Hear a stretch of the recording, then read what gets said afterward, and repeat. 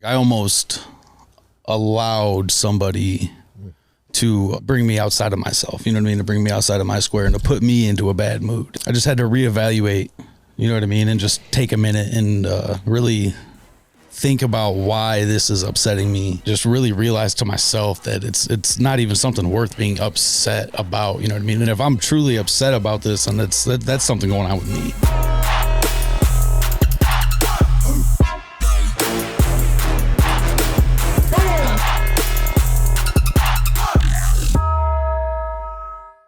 Hey everybody, welcome back to another episode of Full Belly Podcast. We are excited to have you here. My name is Matt Bell. I am your host.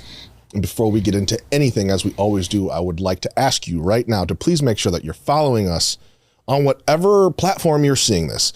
YouTube, Instagram, Facebook, TikTok, whatever it is, we want you to follow us. More importantly, when you see our episodes, we want you to be able to share those episodes. And you can only do that if you're following us. So now that you've done that, I'd like to get back into it. We talk about a lot of really good stuff on Full Belly Podcast. The whole genesis behind why we do this is because we used to be empty. We used to be hungry for life, right? And we've figured out a way with the help of other people how to become full in a lot of different ways, and not just with food physically, which I think that we all love, and that's really all we've got left since we don't do drugs and alcohol.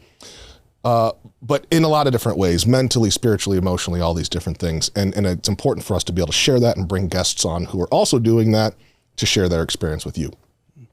So with that being said, I'd like to introduce our guests and our co-host. There's one guest. I don't know why I said guests. Jordan, hello. How you guys doing today? You're freaking amazing, man. How are you? I'm doing very well. I love your hat. Thank you. What's on it? A rose? It is a rose. I like that a lot. Yeah. I just like you remember when people used to, in high school, how old are you? I am 34. So we're around the same age. Remember, like, people would fray the front of their hat? Yes. Put like a fishing hook on it? Yeah, hook the hook on there. That was a thing. No, this one came like this. I didn't fray it.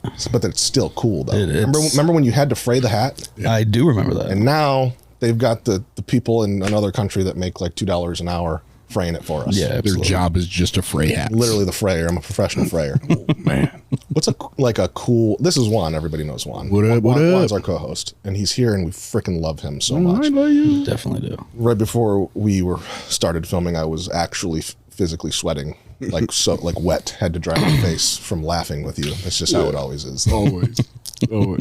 What's a cool title for a frayer?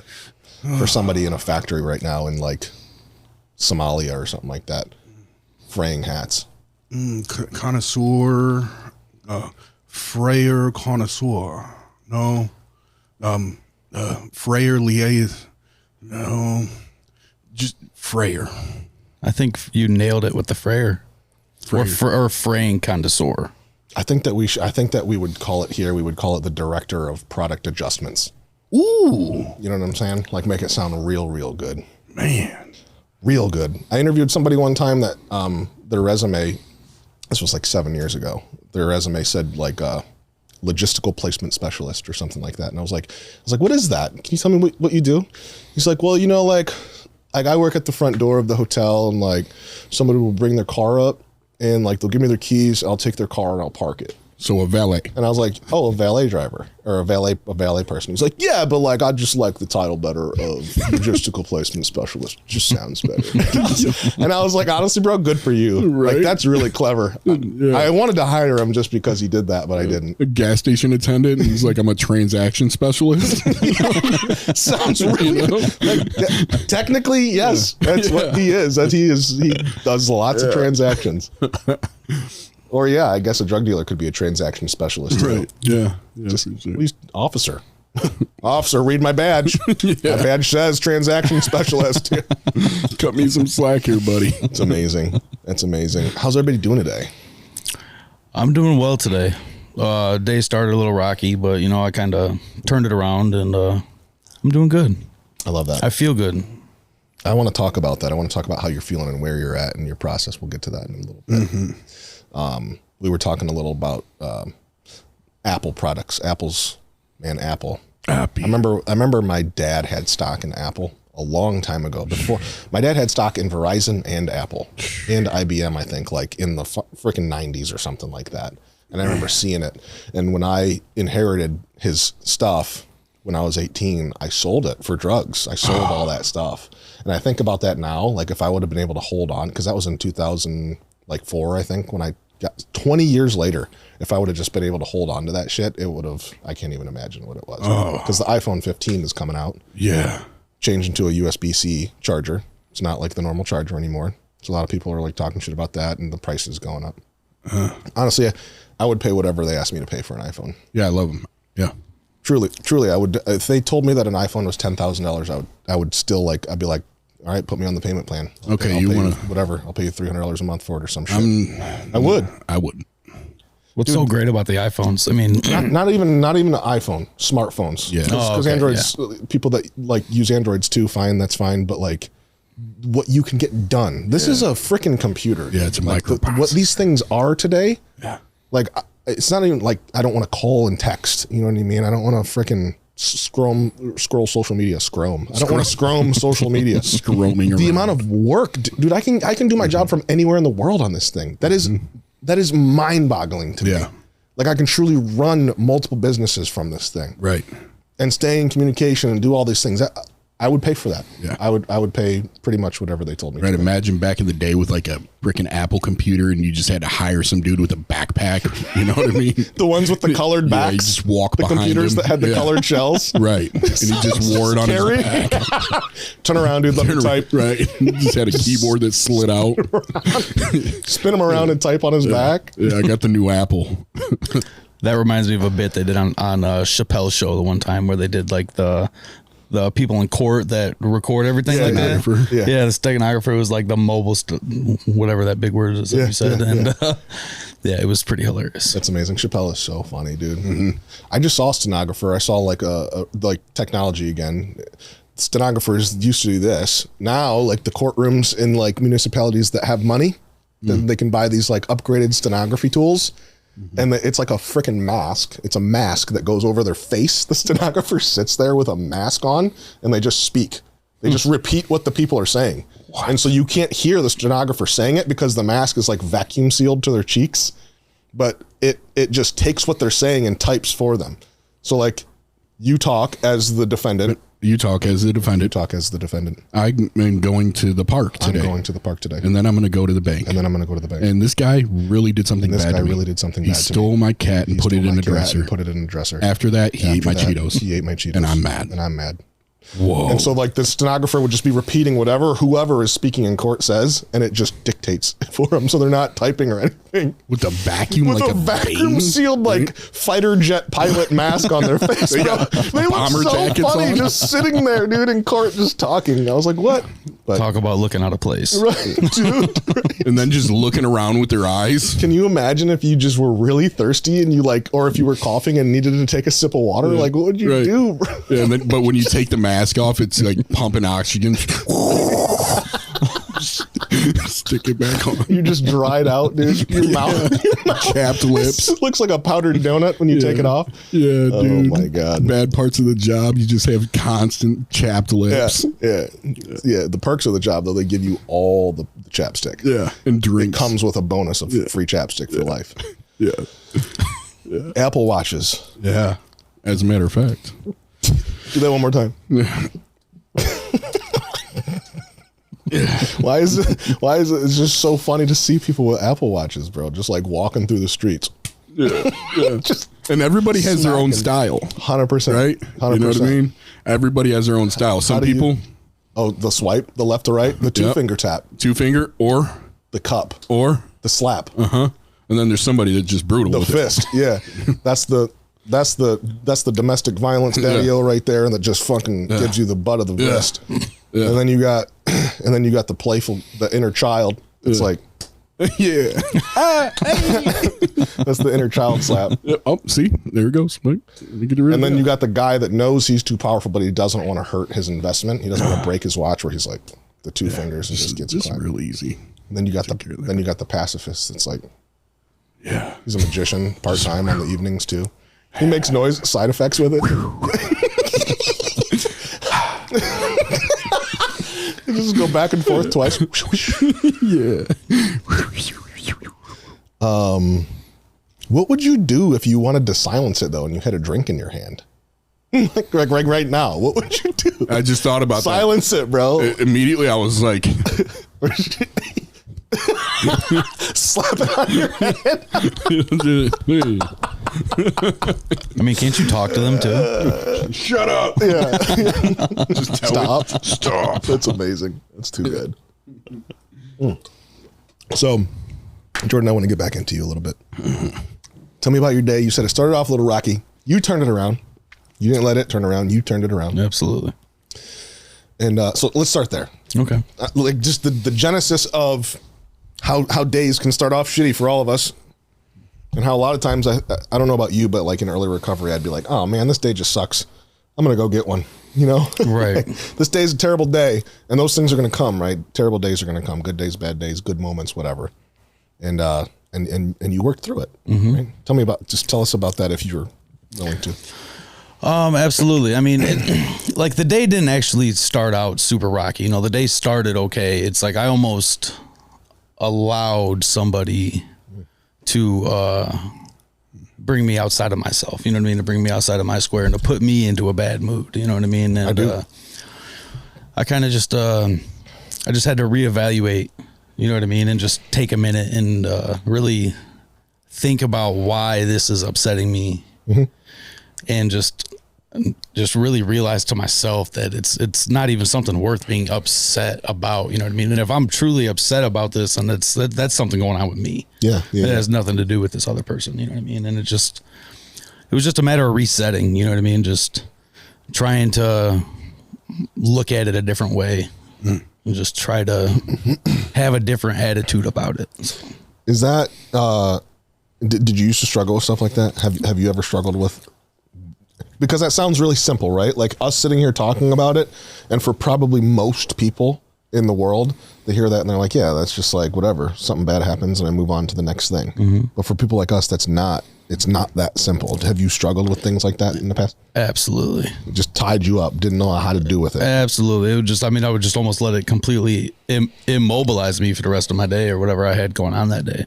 Yeah. Let it completely take over me, consume me. And, just not, I used to have a really hard time letting things go and not, looking at things from different people's point of views and things like that. And it's just kind of one track mind. Absolutely. How this affects me. Yes. There's a line that you might be thinking of in the literature that I am thinking of. Many. And I'm going to start it, and I would like you to end it. Okay.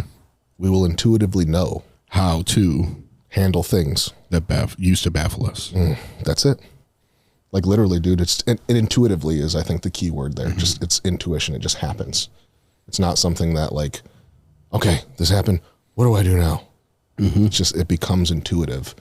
We'll intuitively know how to handle things that used to baffle us. Yes. Shit like that used to like, dude, ruin us. Absolutely. Literally, we would let some little shit like that ruin us. And now it's like, okay, this is life. People will be assholes. Drivers will cut us off on the road.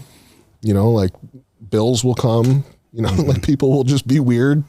People will say things that we don't understand. Absolutely. But the intuition strengthened many times through the repetition of what he chose to do, right? 100%. So it no longer becomes like I necessarily have to make this conscious choice to like attack this thing. It just intuitively happens, right? It's like threading a bolt if you're a mechanic and you don't got to look, right? You know where it's at. You know what you need to do. You know, those things. Like it just happens. It becomes... You know, like, oh, I don't even have to think like this person did this and they got me out of my square and I got to choose this. It just is like, bow, bow, bow, bow. Yeah, absolutely. And it just goes to show me like that, and like why I am choosing today to like have this attitude of positivity. You know what I mean? Because it can be contagious. Like, you know, my attitude of positivity can be contagious, just how somebody's attitude of negativity can be contagious. So that kind of, and that's exactly kind of what it was. You know what I mean? It was just somebody's negative behavior, somebody's negative words, I just let rub off on me. And then I just had to turn that around and just get back to my... Flip the script. Absolutely. Man. Just Flip it. Get back to that positive place in my mind. You know what I mean? That's so good, dude. It's alchemy. My God, that's so good. You said two keywords, choose. You also said attitude. And... I say this all the time, bro. All the time. If you change your attitude, you'll change your life. My God, dude. Like, Attitude is not the only thing. it's Everything. that's right. I fully believe that too. Yep. Seriously. I absolutely do. Like, truly, dude, like, literally the worst thing in the world can happen to you, right? Like, whatever you think that is right now. And if you have the right attitude, like, if you're negative or positive, right? You can choose to stay in some negative shit. Absolutely. And honestly, so I think it's important to mention this too, that in early recovery, sometimes we don't necessarily choose to be in negative shit. We've been in negative shit for 10 years or 5 years or 30 years or however long it's been. And so inherently we will just like literally like neurologically, like thinking about how the brain works. It's just a response that we've been doing. Sometimes it's a defense mechanism. Sometimes it's a way that we survive, right? Like is just to automatically go to a negative thing. I did an experiment the other day in group where I asked, I think like 6 clients. I was like, tell me a story about life, any story, like just in 10 words, like tell me something that happened to you in your life. And almost all of them were negative. I said, I didn't ask you to tell me a negative story. I just said, tell me something that happened to you in life. It could have been, I won first place in the freaking boxcar derby in Boy Scouts. I won a state championship football game. I had a really great birthday party. I had my son. It could have been really good things, but they all chose to say, I was, beaten by my ex. I overdosed. I watched somebody die. Why do we automatically choose to tell and think about negative things? And so it does. It takes practice, and it's those like literally rewiring our brains in recovery. And if you choose to have an attitude that is positive rather than negative, and that's something that you have to consciously think about. Absolutely. You have to stay in that because you can't have a negative and a positive thought at the same time. No. It's impossible to do that. So if you have that positive stuff going in your mind, if you're hanging out with positive people who are saying positive things, thinking positive things, doing positive things, it makes it a lot easier for you to stay positive, and then therefore your attitude will change. Absolutely. And then when your attitude changes, boom, your fucking life changes. It's fucking crazy, dude. And I absolutely love that too, because I'm no stranger to like recovery and like what goes on like in these recovery centers, you know what I mean? But that is something that I've absolutely tried to adapt this time around. Is I'm not trying to, I'm changing my mindset. You just did. And I'm changing from that negative to that positive, or even if there is a negative, because I mean, let's face it, there's always going to be a negative. There's always going to be something negative. It doesn't matter how long you've been clean or what you're doing in your life, there's always going to be something negative. Always. So it's a matter of, for me at least, trying to, trying to find the positive in the negative. I love that, dude. I love that. Because it all can be. Like, whether it's good or bad, and it seems good or bad, it can all be good if you want it to be, right? Like all these bad things that we think about, again, with the right attitude, you tell me something. Okay, this dude cut me off. Awesome. It's a lesson in fucking patience. So the guy either cut you off and he's an asshole, or you just learn some patience and some restraint and maybe a different way of looking at things. Maybe he cut you off because his wife in the passenger seat is giving birth and they need to hurry up and get to the fucking hospital. Yeah. You just don't know. So who cares? It's not that big of a deal. Absolutely. It's not that big of a deal, dude. Rule 62. It's not that serious. It's not that serious. Don't take life too seriously. I love that. You had mentioned something about you're used to treatment centers. How many times have you been in treatment? Oh my God. A lot. Yeah. A lot. Too many to count. Really? You lost count? Absolutely. The past, 15 years, close to 15 years now has been nothing but, don't get me wrong. I've had good periods throughout them, but it's like literally the past 14 years, just been nothing but jails and places like this. Yeah. So. What was your drug of choice? Opiates were my drug of choice. And then I had got the bright idea that, opiates were my drug of choice so that I could, smoke crack from time to time. So, yeah, that clearly did not work out too well for me. Opiates were your drug of choice until they became your drug of no choice. Yes. You had no choice. I have no choice at all on what it is. It doesn't matter what it is.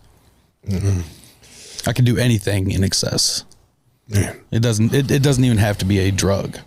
It could be women, it could be food, it could be literally anything. Fishing for me, like I can do anything in excess. Yeah, you like things that make you feel good. Yes. At least you think they make you feel good. Man. So a bunch of times in treatment over the course of 15 years, what's different this time? Oh man, my mindset, that mindset shift that I've had is something that's completely different for me. I used to kind of look at it as like, why is all this happening to me? Why is this happening to me? What did I do to deserve all of this? And I kind of switched that around to, why not me? You know what I mean? Why not me? Why it not be me? Because I'm obviously resilient. You know what I mean? Like I'm built a little differently when it comes to that. Like I can withstand these waves of things that have happened to me. And it's just so, that's something that I'm really trying to take like a different approach to and like a different look at, is just, it's not why me anymore. You know what I mean? It's like, why not me? Maybe, yeah, bro. Maybe I'm supposed to, spread a message to somebody else. You're built different. You know what I'm saying? So it's built forward tough, dog. You can withstand that. I'm thinking of the big back, or is it the? Bro's got a big ass back, dude. Just carrying shit, dude. Just carrying. Bro, you see how big his back is, dude? That boy can carry every problem in the world. He's just got an extra large back, bro. Extra large. That boy got a 3X back. Yeah, just hauling problems around, dude. No, for real, but that. I'm picturing, was it Chevy or Ford where the frickin' crane would just be dropping boulders in the back of a pickup truck in slow motion? Yeah, I remember. Was that I think a Chevy? It was Chevy. I believe it was Chevy. Yeah, he's just dropping boulders. But no, dude, seriously, like withstanding that stuff. And truly, I think it's like, that's a great attitude to have. Is I can relate to that too. It's like, dude, why did this all happen this many times? Like maybe this is supposed to have happened to me. Absolutely. Maybe this is meant to be. Maybe this was part of the plan. Because why else? Why else would I still be alive? Why else would I still be trying? Absolutely. Like maybe there's something really good that's going to come out of this. And that's honestly the attitude and the mindset that I'm adapting is that I'm on a path. I don't necessarily know what path that is, but I know that if I keep going the direction that I'm going and I keep putting one foot in front of the other foot, that, I'm destined to do something powerful in this life. So, wow. Damn, dude, that was a strong visual. Think about that. I mean, seriously, think about that. Remember being in recovery different times or like different phases of life or whatever, and being like, oh my God, I'm entering into this journey that they're telling me I should go into. Rehab, steps, sponsorship, whatever it is. And it's like the fear of what is going to come is so overwhelming that I can't even continue to take another step on that path. I'm done. I got to get off. I got to get off that path and go back to what I know is comfortable. And now you said you're on a path that you still don't know what that path is, but you know that it's the right path. Absolutely. So even though you don't know where this path leads, you're going to keep walking it. I'm not going to give up. I'm going to keep, like I said, keep trucking. Or it's like Juan would say, I'm just going to hold that fucking line. Yeah, dude. I'm just going to keep trucking. You know what I mean? Hold the line. Shield wall is what I think about, bro. Hold the line. Say something. That's what, just in my mind, that's what I think, bro. At the end of my night, every night, it's become pathological for me. I lay down, I close my eyes, and when I choose to go to sleep, most nights I choose to go to sleep. In my head, I say, thank you for my hardships. Thank you, God, for choosing me for this. I literally can feel that. Like, what does that look like? Right? Am I having a disagreement somewhere? Is there stress coming into my life from somewhere? Is there a situation or circumstance that's in my life that's causing me difficulty? I seriously every night say thank you for trusting me with this. And after that, I also say thank you for doing that so I can love my son better. I always relate it to something that I value and I prioritize in my life. And that law of attraction, the law of manifestation, works really interestingly, right? Because if I'm like, man, God help me with patience, like I'm inviting those situations to cause me to be patient, to cause me to be strong. Every time I say thank you, like the thank you, that attitude of gratitude, the positivity, those things, it's the help me's come for me when I really need to build something within myself. The thank yous are when I'm ready to take responsibility for the things that are in my life. So as I'm going through life and my prayer life, that's how it works now. I'd say, God help me in situations, and I know that it's going to come to me more because I need to build what's needed there. But I say thank you as I'm ready to carry that and push that around. And at this point, like hearing you say that, right, like all the things you're talking about, which is amazing to see the difference between a year ago and to where you are today. Absolutely. The time we've known each other. But that discussion that we're talking about, being in choice, being autonomous, right, and being an alchemist, go back like the thing that the ancient people used to wonder how to do was like, how do I turn lead into gold? How do I turn sand into this other thing? There's people trying to figure out the law of alchemy to turn things into riches. Like that's what it is, right? My choice and my belief is I'm an alchemist. I can take anything and turn it into whatever I believe I want it to be internally. I believe that wholeheartedly. In one moment, there's a book called A Course in Miracles, and it's all about miracles and it has principles on miracles. And the first principle of this book is a miracle, simply put, is a shift in perspective. The moment we can change or shift our perspective, a miracle has just occurred. Simply that easy. It's wild. I like that a lot. It's deep. Yeah, man. Profound. It's very deep.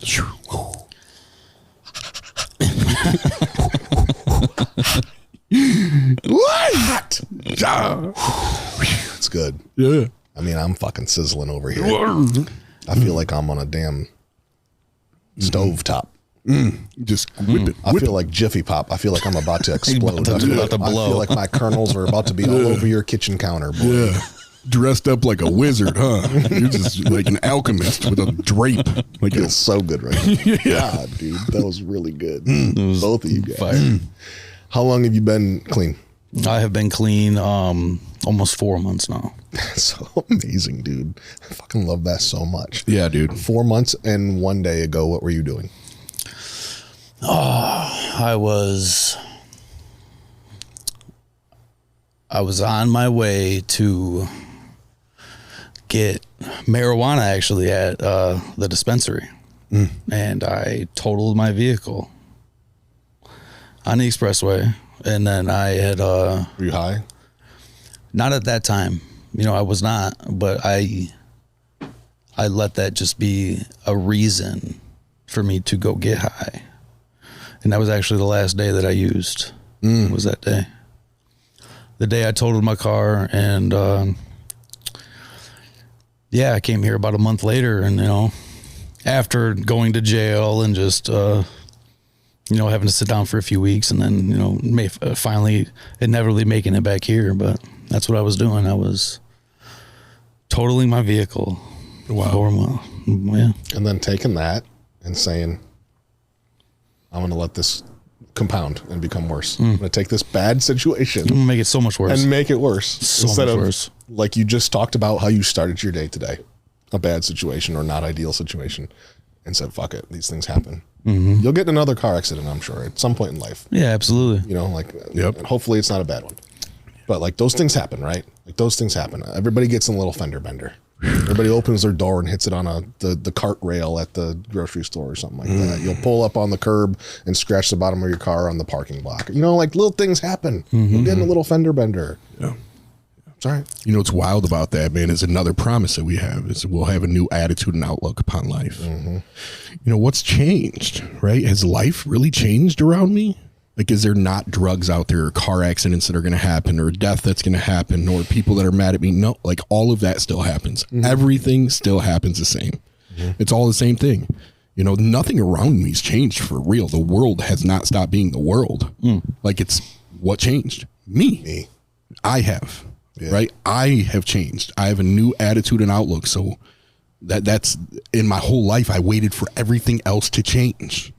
I was like, man, if this would just change or that would just change or this could happen, if I had that opportunity or this didn't keep happening to me, But the moment like rock bottom hit is when action was put forth. Rock bottom didn't happen for me for real. Like I think about the hard things. It wasn't rock bottom. Wasn't like things stopped. No, it was when I changed. I Absolutely. said, I'm done. Absolutely. And something else started happening, you know? And I think that's a big thing, right? Like, can I say I'm at rock bottom if I don't make a change? No. Right. I got my shovel in hand. You know what I mean? I still got my shovel in hand. And you know that just it just reminds me of a time, you know what I mean, when you know when I was at that low, you know what I mean, that super low, like ready to like check out off the face of this earth low, you know what I mean, like I do know what you mean. Sitting in my room writing a suicide note to my children low, you know what I mean, and Damn. yeah, it's it literally comes from change, though. You know what I mean? If you don't change yourself, nothing's going to change. The world's not going to change around for you. It's not. It's just not going to. Ready for this one? If nothing changes, Nothing changes. nothing changes. Nothing changes. Fact. Man, dude. God, just remember that. Just remember, just begging God to change. Change this, change that, please change this situation, please change my outcomes, please change, you know, and the whole time, truly, I believe it now, like God was letting those things happen, letting those situations happen to change me. Yep. You know, I'm begging God to change the shit when God is really using the shit to change me. Man. Here we are. Here we are. And I'm so thankful for where I'm at right now. I mean, am I where I want to be at in my life? You know, I'm 34 years old, you know what I mean? And, you know, like my circumstances right now aren't ideal, you know what I'm saying? Like I have children that I need to provide for, and it's a struggle, you know what I mean? But one thing that, and it comes with that mindset shift, is that, you know, I might not be exactly where I'm supposed to be at, but I'm exactly where I need to be. That's at. right. You know, I'm here. I'm still fighting. I'm still moving forward. And it's like, it was just like we were talking about earlier, like I'm on that path. I'm exactly where I need to be in the moment that I'm here. And it's just. When I want what I need more than I want what I don't have is a moment that I start actually getting the things that I don't have. Like I need to want what I need. I need to take that responsibility, right? I can't hold the weight of my dream if my character isn't aligned with it. You know what I mean? How can I hold the weight of my dream if I'm not persistent? I'm not resilient. You know what I mean? Like if I want what I need, like I have to, if I want that, I will get everything that I want. Absolutely. You know, if I'm asking God to give me what I need, man, come on, bro. How can I be refused what I desire and want? I get all the things that I want through that. Absolutely. I lose everything that I want when I get it too easily, or I take it side cut to it. It gets ripped from me. I get taught a humiliating lesson. That's what our program says too. Either I pursue humility as something that I desire, or I will be humiliated. I really like Feel that. me? I started glitching a little bit when you said that one thing though. What? When I want what I say that one more time. When I want what I need, I start getting the things that I want. When I want what I need, I start getting the things that I want. I keep the things that I want. Oh, Yeah. that's good. Right, because my needs got to come before my wants. I've always placed the cart in front of the horse, bro. I've always wanted to get what I want and I desire, and I never could take care of it enough. There it goes. Yeah, it's gone. Never appreciated enough to take care Man, of it. God, if you just give me this job as an apprentice in the union as electrician, like I'll be good. I didn't know how to show up to work every day. What I needed was to learn how to like show up to work. Yes, I need to learn.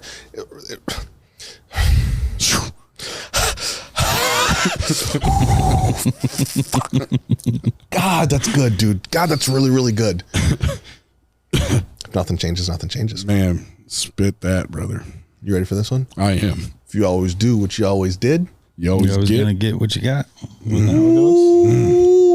It's true. That's so good. That's really, really good. Man, that's good.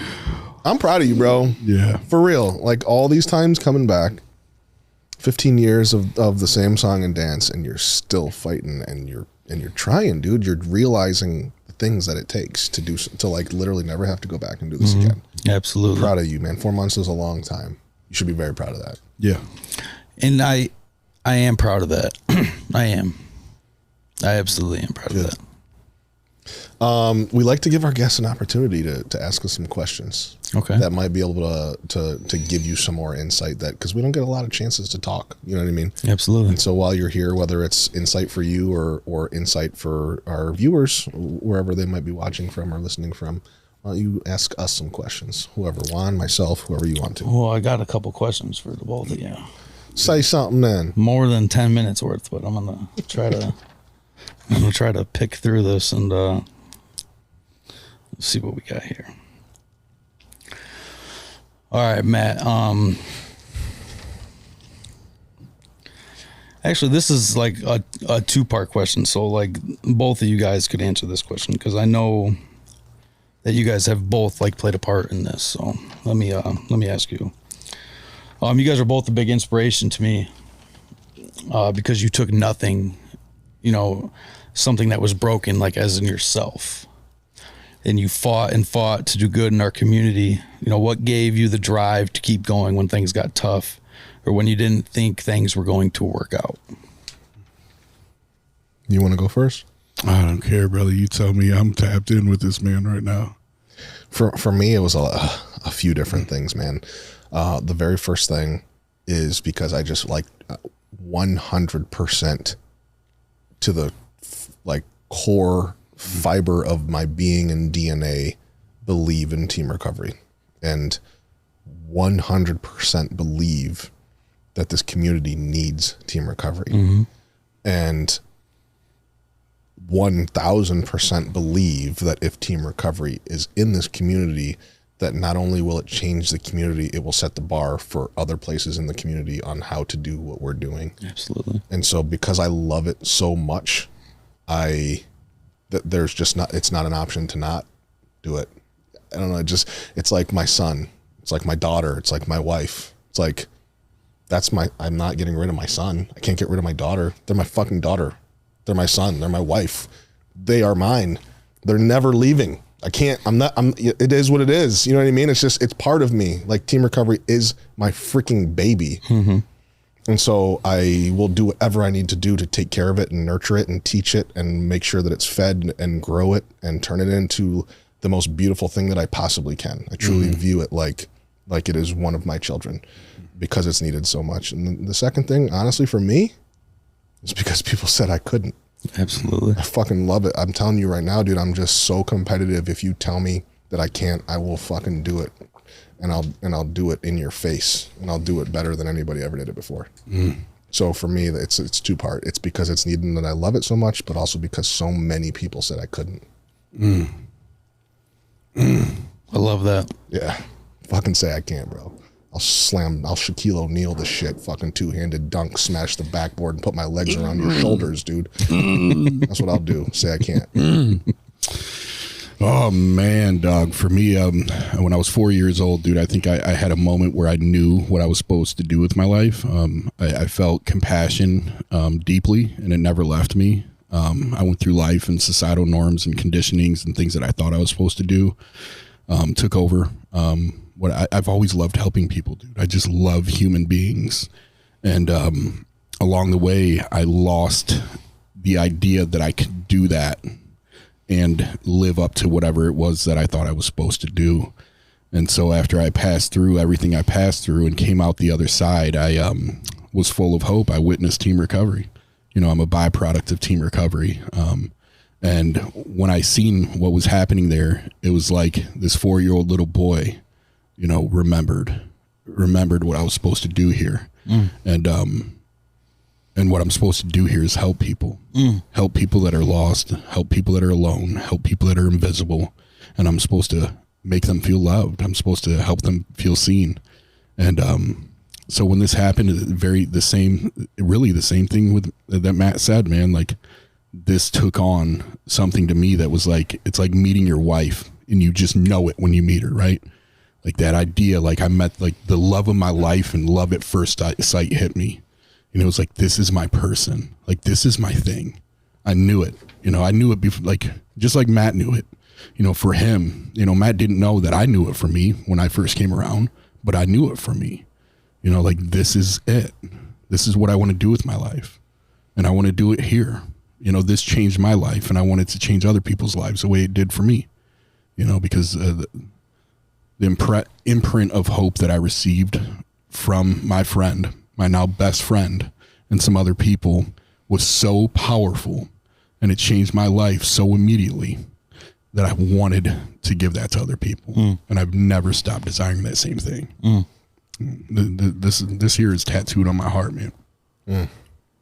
You almost answered another question I had for you too, that literally without me even asking it for you. And that was, you're a beautiful person with one of the kindest souls I've ever met. And I said, where did that come from? But you literally damn near answered that for me without me even having to ask you. He really is. Got a kind soul. Thank you. Really kind soul. God's good, man. Your soul is nice. Thanks, brother. I like your soul. Not me, bro. You got a great soul. Oh, dude. Super nice soul. High quality soul. One of the highest quality souls there is out here, in my opinion. Quality. We're talking about grade A soul. Stop it. We're talking about A5 Wagyu soul. Okay. Top shelf. Top shelf, high class, real nice. Real Literally nice. top Where class. you got the Mercedes of souls, okay? Okay. God, I'm like, stop saying it. Tell me more. Yeah. Yeah, I took it off. I'm over it. We got time for one last question. What you got for us, dog?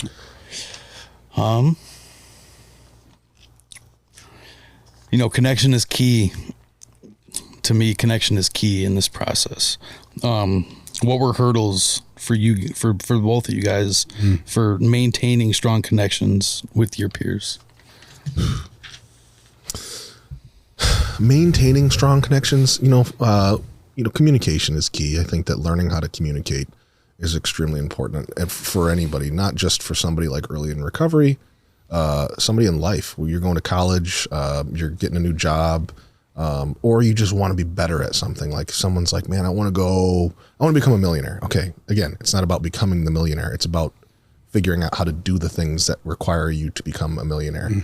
And so like for anybody, I would say like, go learn how to communicate, like practice some communication stuff, like, because so many people do not know how to have healthy communication. Like, dude, I'm talking about not just people in recovery. I'm talking about human beings, especially in our world today, when everything is fucking, we want immediate gratification and all we can do is send a text message and get a message across, dude. Like the art of having a conversation is something that is forgotten. Absolutely. And sometimes that in-person conversation has to happen. Like some shit's not meant for a text message, so when we're talking about in recovery, when it's really time to fucking like strap up our bootstraps and have big boy, big girl conversations, amends, fucking like these really like heavy conversations. Like I can't just text my ex-wife, hey, sorry, I ruined our family. And you know what I mean? Like I need to go fucking sit down and learn how to look somebody in the eye and have a conversation. And so by grasping, relationships that were important to me or ones that I needed to let go of, I had to learn how to communicate in a healthy way that wasn't going to like, I didn't want to burn bridges to light my way. You know what I mean? So it was really important to learn how to have communications with people the right way. And then I think just fucking like identifying what like quality is for me. Like quality over quantity is so important. I tell people all the time that 4 quarters is better than 100 pennies. I had 100 pennies when I got clean, and that was like 100 like people that I associated with. Now it's dwindled down to like 4 or 5 people, literally, dude. Like quality people that I associate with. And the cool part about that is I still get to the dollar. And I have to do it with far less people. And truthfully, I believe that those people are worth way more than just the dollar, than what the 100 pennies were getting me before. Absolutely. That makes sense. Makes a lot of sense. Oh man, dude, pride. My pride. If I've always valued connection, and I understand what it does for me soulfully, spiritually, in every way, But the thing that's always gotten in my way was the fear of how other people perceived me. As a man, you know, if I'm kind and I'm always funny and I'm always joking, that people might think that I'm not tough or strong, right? If I'm constantly telling people I love you, because that's what I like to do. That's how I feel good, right? Is expressing my love. And I wouldn't allow myself to do that because I was concerned about how people would view me or perceive me. So my pride, you know, a lack of humility has prevented me from maintaining connection. So now it's admitting when I'm wrong. You know, it's doing the next right thing even when it feels bad. You know, and allowing vulnerability and weakness to be a vehicle for connection. You know, I get to be authentic and I get to be supported and I get to offer a genuine interaction with somebody to foster a solid foundation to say, hey, this is who I am. I love you. You love me. Let's figure out how to move through life together and enjoy the experience that we're having right now. And so for me, you know, I've known I was isolated for 14 years, came out of that isolation. I said, I missed humans. I'm tired of being scared of you. You know, like, let me just love you. Even though you might not love me and I don't love me, I love you, you know, and that hasn't let me down. It hasn't let me down to love people regardless. To love people regardless has never let me down. The only time it lets me down is when I believe that I'm loving you without you loving me back is going to have a consequence. I still experience love, whether you do or not, for me. And that's important. I love that. I really do. It's fire. This was good, dude. Yeah. I thought this was really good. This was so deep, dude. I feel like I'm healed forever. I just feel like I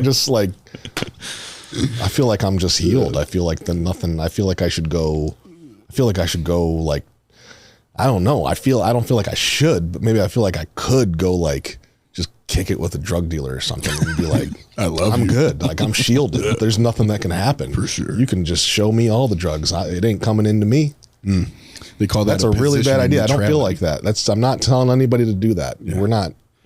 No. Let me use a kilo for a pillow. I'm good. Yeah, bro, I'm fucking fine, dude. Yeah, I'll use a dirty spoon for my cereal this morning. You know what I mean? Like, I'm straight, bro. Straight. I'm going to roll up all my dollar bills. Right. Test me. Just carry them around like that, just in case something presents itself. But I'll fucking get through it. I promise I won't use those dollar bills. Yeah. You know what I'm saying? I'm going to use a kilo as a pillow. We're healed. I just feel like I can withstand it all. I'm going to alchemize this freaking kilo into cotton, dog. Yeah. I'm not going to do that. No, me neither. I just feel good. Yeah. Let's just keep it at that. I feel really good. So great conversation, guys. Absolutely. Seriously, though, I'm proud of you, man, and I'm happy for you, and I appreciate your time. Thank you for coming on the show. And Thank you for having me. Thank you, as always. Always, brother. I love you. Shit, I love you. We love you. Thank you guys for watching. It was a fantastic episode. If you found value in what we talked about today, which I really hope that you did, and I believe that you did, please make sure that you share this with somebody else so that they can find value in it too. If you didn't already, make sure that you like and subscribe on whatever platform that you're watching this on. And more than anything else, if you or somebody that you know needs help, support, resources, or just an ear to hear what's going on with them, call us at 419-561-LIFE. We have people around the clock ready to listen, ready to help however we possibly can, whether that's with us or with somebody else. So I want to thank you guys, thank our guest and our co-host one more time, and I appreciate you all. Make sure that you follow us up on the next one, and we'll see you then.